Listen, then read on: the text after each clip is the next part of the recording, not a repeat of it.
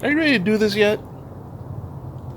If you're having issues with powdery mildew or blight or black spot, I'm going to talk about something today. It's called copper fungicide, and I should have been doing this from the beginning. Let's go back in time.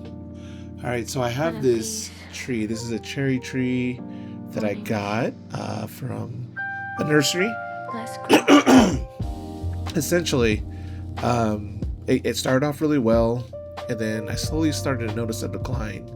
So this is a being cherry tree, and technically, there's zones I think 5 through 9. A healthy tree is gonna be able to handle things a lot better than a non-healthy tree. And I come out and I check my trees regularly, and I slowly started to see a decline. Now this could be a multiple thing, and cherries don't do so well here.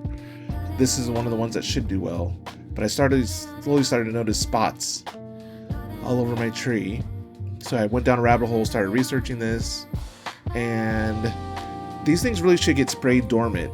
Cherry trees, stone fruit in general, peaches. I should be doing this for my peaches as well. But there's like little black spots all over a lot of these leaves. Now, yes, it's hot here, and that's a factor to why the tree didn't make it. I kind of think of things like any other relationship, right? What did I do wrong? What could I have done better? Why did she break up with me? Yes, we get to 110 degrees and things that are out of my control, but what I can control is these dormant spraying these things when they're dormant so that fungus and things aren't an issue, or mildew.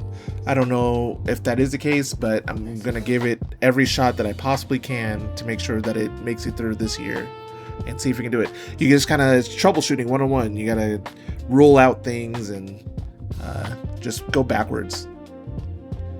And yeah, as the seasons went on, it just got a little bit worse and a little bit worse. Yes, again, it's hot. I know cherries don't do great here. I know, but I'm bound. I'm trying to do all the hard stuff, so maybe you can learn from it. We can all learn together. And anybody that's grown peach or cherry trees here, let me know your experiences on this. This is in an area where yes, it gets hot, but it gets a lot of shade, afternoon shade. So theoretically, if something is able to survive in my zone, really big on proving things can work here. We don't have a big fruit and veggie scene here. I want to get that changed. So now this copper fungicide is, you're really supposed to spray this when things are dormant for the most part. So your peach leaf curl happens in certain areas. There's not a whole lot of things that happen here. I've seen people spray this on like their tomatoes when they're starting to see issues while they have fruit on it. So depending on your situation, you might want to look into this stuff. In most cases though, the directions are really heavily stating to try to spray this on prior to any growth happens. So I'm gonna go back and spray this on the tree while I got behind this here, okay? We got hot really fast for some reason, so I should have been doing this months ago. Let's go to the future. Skidoo, skidoo, skidoo, skidoo. Copper fungicide. I've heard great things about this specifically. Some people say to mix it with a little bit of oil. I'm not gonna do that. Show you the directions here. Pretty much all we're looking at is about 2 ounces per gallon. So I'm not overthinking it. I got my jug sprayers. We're just gonna put that in there. It's a little bit too late to do the peaches. Research says you don't want to do this when small fruits forming. Maybe once they're full grown, but we're in that weird spots right now. All right, we definitely want to get this shaken up really well. Make sure it's well mixed before we apply. And if you didn't know the math, 2 tablespoons equals an ounce. A lot of these jugs have lines on them and whatnot to gauge what you're doing. This one doesn't have an ounce, so we got to use tablespoons.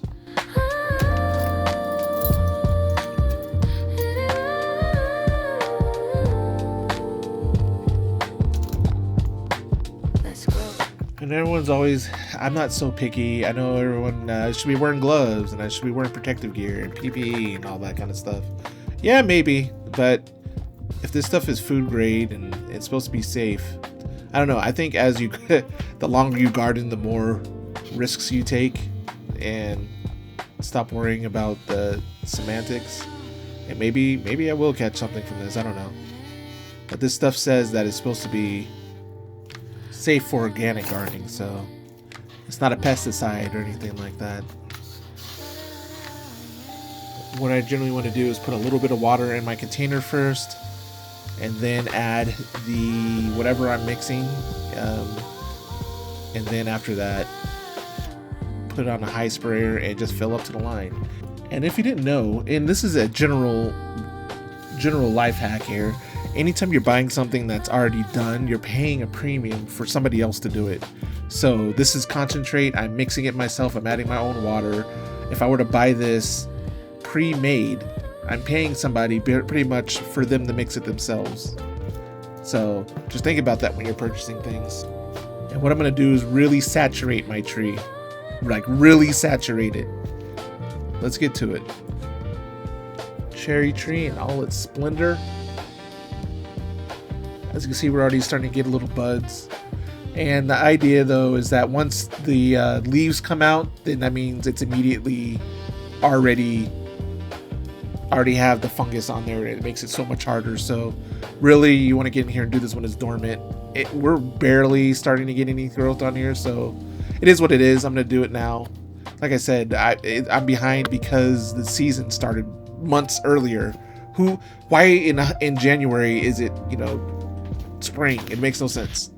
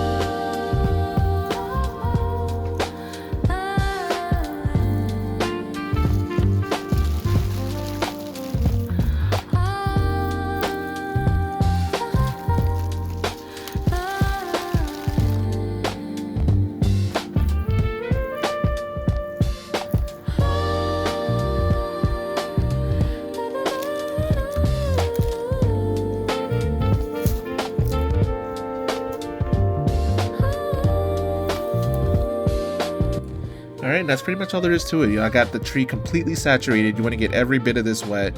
You can do these to tomatoes. You want to do this to all your stone fruit when it's dormant. I've seen all sorts of anything that's getting powdery mildew or blight. Luckily in Vegas, we don't have to worry about this too much, but... And here we are from the future. Things are looking great. Got all sorts of growth. I'm not seeing any spots, although I didn't see any spots before until later. A lot of times it's stress. If something is stressed, things can affect it more.